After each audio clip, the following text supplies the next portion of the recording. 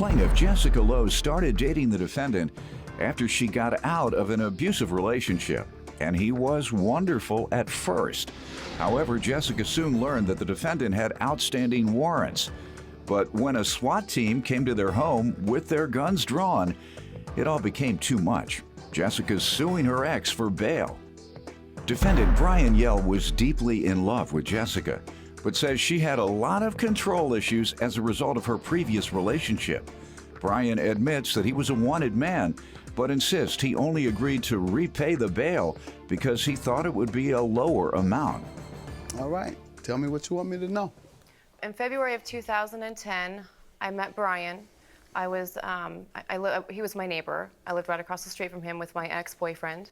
One night, my ex-boyfriend assaulted me, and I ran to Brian's house, and from that point on, we were together, and I left my ex-boyfriend.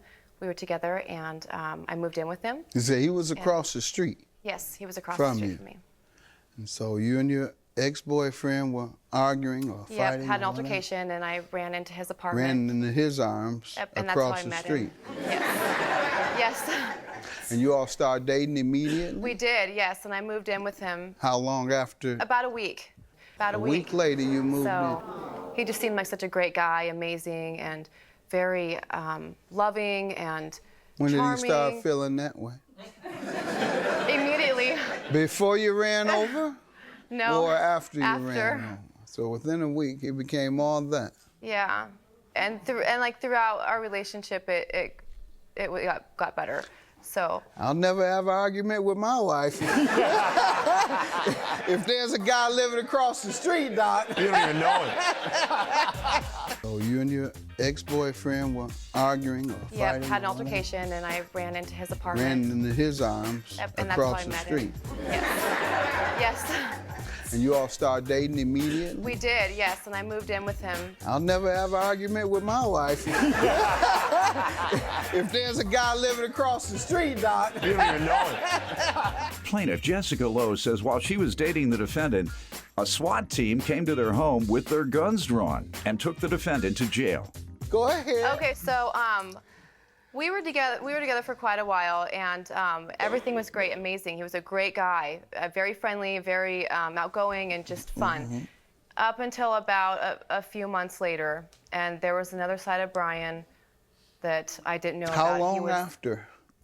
How long after did it turn bad after having been so amazing?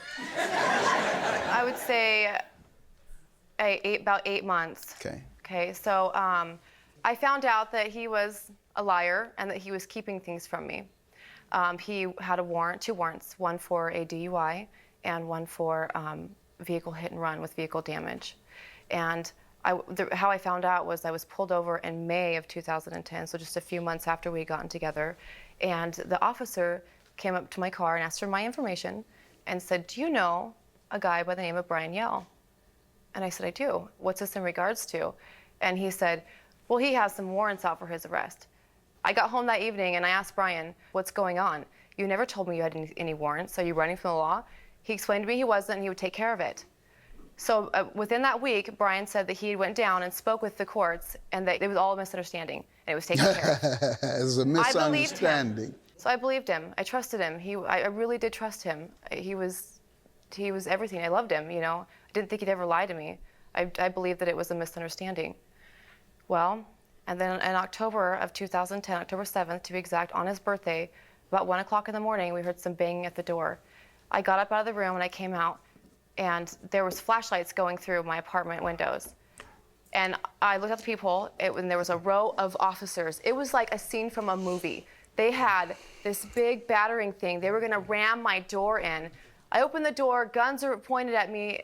We're both taken to different directions, and they arrested Mr. Yell and took him down. Any false move, you could have been killed. Correct. You do know that? Yes. All right, so let me give my opinion, not judgment, my opinion about folks moving in within a year. You don't really know each other. A person can have a crack habit. I know many men. I know many men who were crackheads and heroin addicts, and they get these women and they manipulate them, and the women let them move in. Those are the smoothest talkers in the world, criminals. They let the man move in. They don't really know him. Oh, he talks a good game. He was amazing. He was this. I loved him.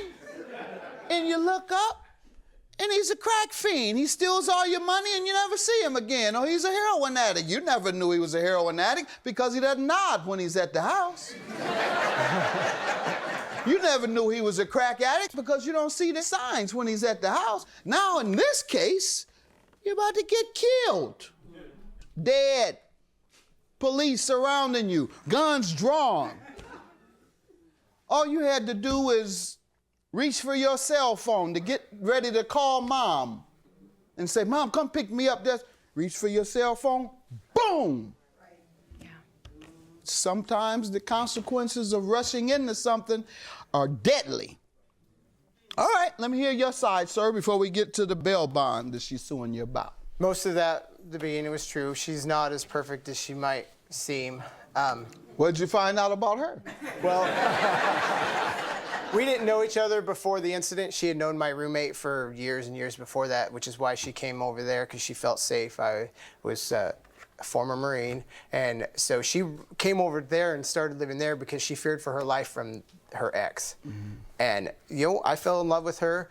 She ended up having a lot of control issues, a lot of trust issues from her ex and former relationships. I never held anything from her. It just wasn't something that had been brought up at that point. We were in a new relationship. We were trying to get all the positives about each other in before we started. You with didn't all know the you negatives. had warrants? Oh, I knew I had a warrant for failure to complete diversion, DUI.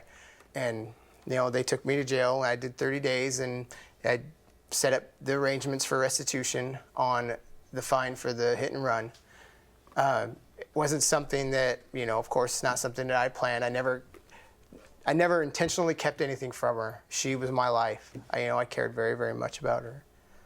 I never wanted to hurt her. Failure to, for lack of a better term, expose is indeed keeping something from someone.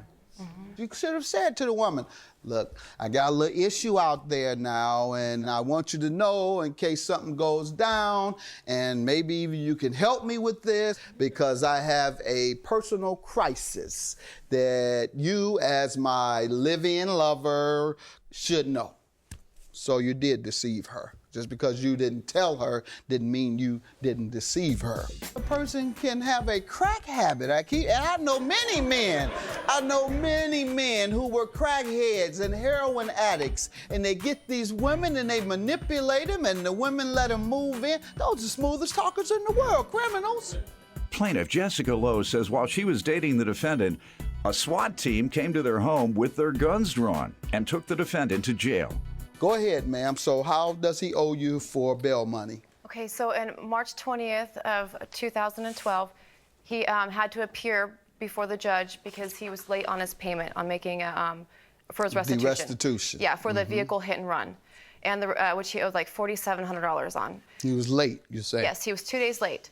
They said, well, because you're late, we can't accept your payment. You need to wait. We'll send you a letter. You'll come before a judge and for a show cause. Yeah, that's so unreasonable, but yeah. Go ahead. Yeah.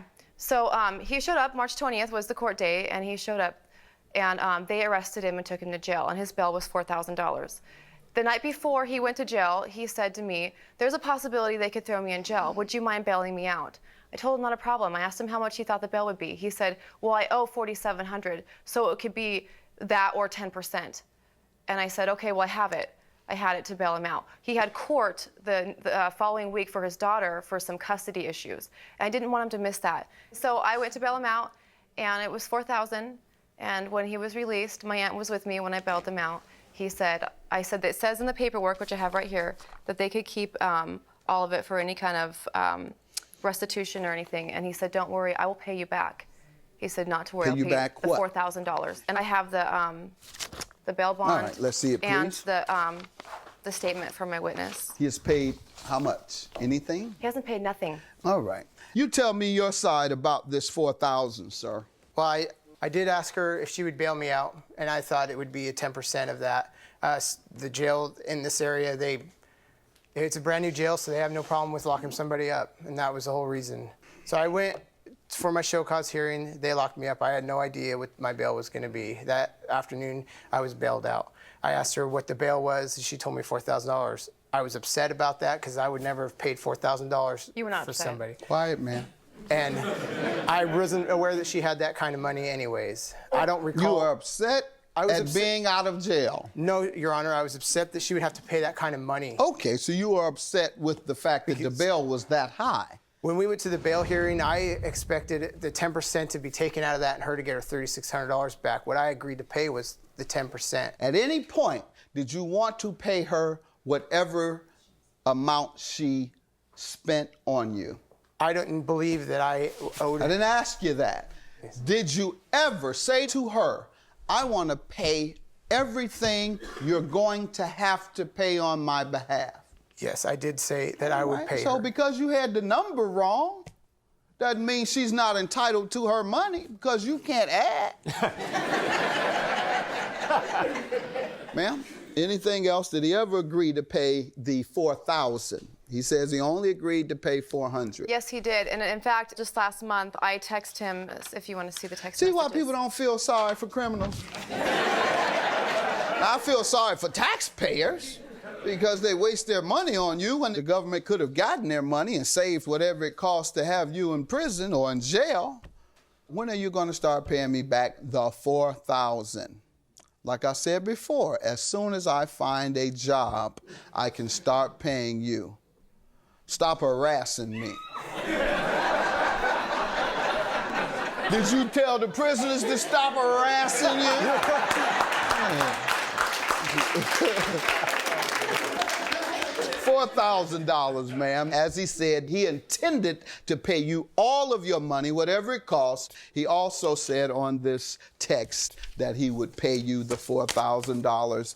And he talked smart to you about getting harassed. I bet you didn't say that to them prisoners when they were harassing you. You didn't say, stop harassing me. You just said, stop! Judgment for the plaintiff. Have a good day.